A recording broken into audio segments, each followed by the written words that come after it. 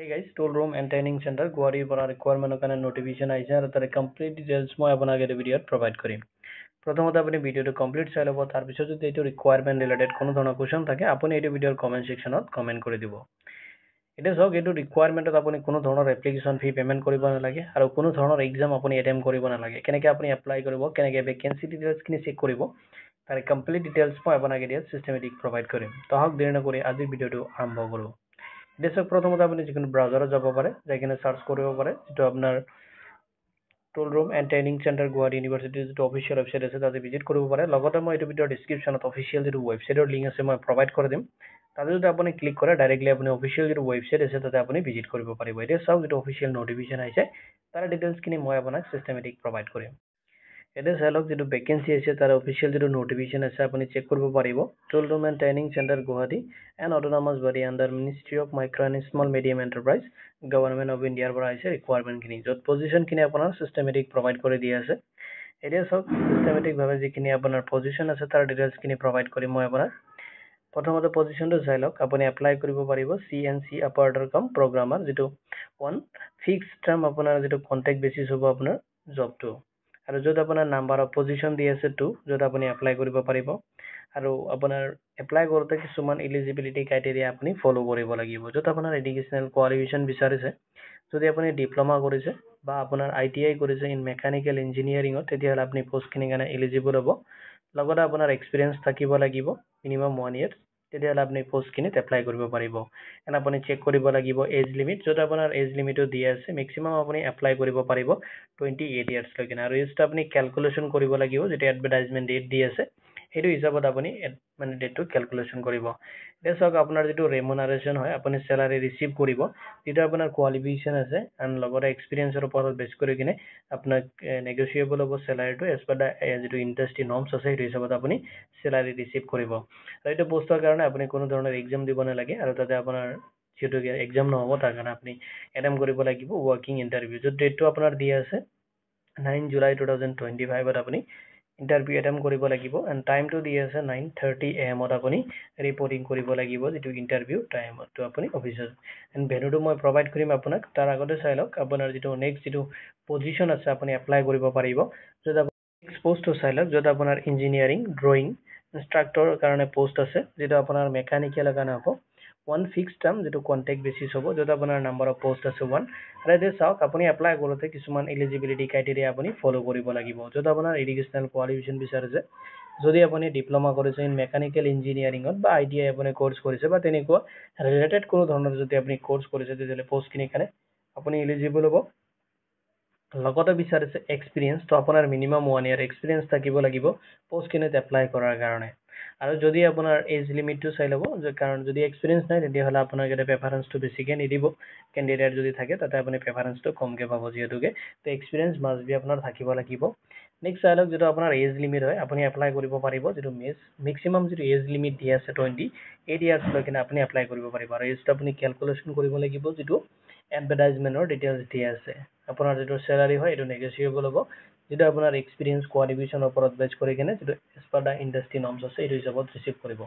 And আপুনি attempt কৰিব লাগিব ৱৰ্কিং ইণ্টাৰভিউ, যিটো ডেট দি আছে 11 July 2025 আপুনি এটেম্প কৰিব লাগিব ইণ্টাৰভিউটো। আৰু টাইমটো দি আছে 9:30 AM আপুনি ৰিপৰ্টিং কৰিব লাগিব। এণ্ড ভেনুটো মই আপোনাক প্ৰভাইড কৰিম। তাৰ আগতে চাই লওক নেক্সট যিটো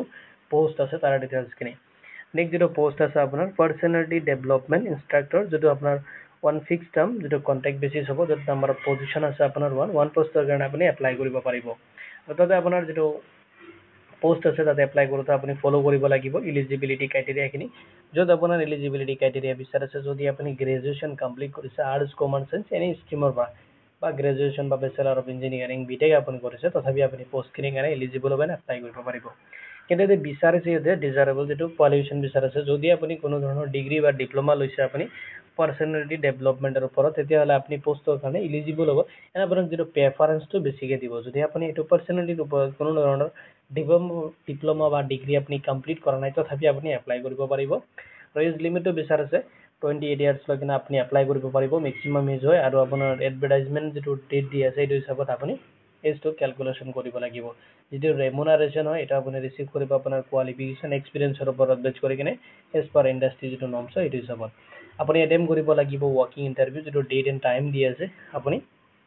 14 জুলাই 2025 যাব লাগিব ইণ্টাৰভিউ ভেন্যুত আৰু তাতে আপোনাৰ যিটো ৰিপৰ্টিং টাইম হয় 9:30 AM আপুনি ভিজিট কৰিব লাগিব এটা চাই লওক যেটো আপোনাৰ ইণ্টাৰভিউ ভেন্যু দি আছে যেটো মই এইটো ভিডিঅ'ৰ ডেসক্ৰিপচনতো প্ৰভাইড কৰি দিম আপুনি তাতে চেক কৰি লব পাব এটা চাই লওক যেটো ভেন্যু আছে টুল ৰুম এণ্ড ট্ৰেইনিং চেণ্টাৰ আছে গুৱাহাটীত যেটো আমিনগাঁও ইণ্ডাষ্ট্ৰি এৰিয়া হয় নিয়াৰ যেটা আপোনাৰ IP যেটো হয় নৰ্থ গুৱাহাটী ৰুটত আমিনগাঁও গুৱাহাটী 31 আপুনি ভিজিট কৰিব লাগিব এইটো এড্ৰেছত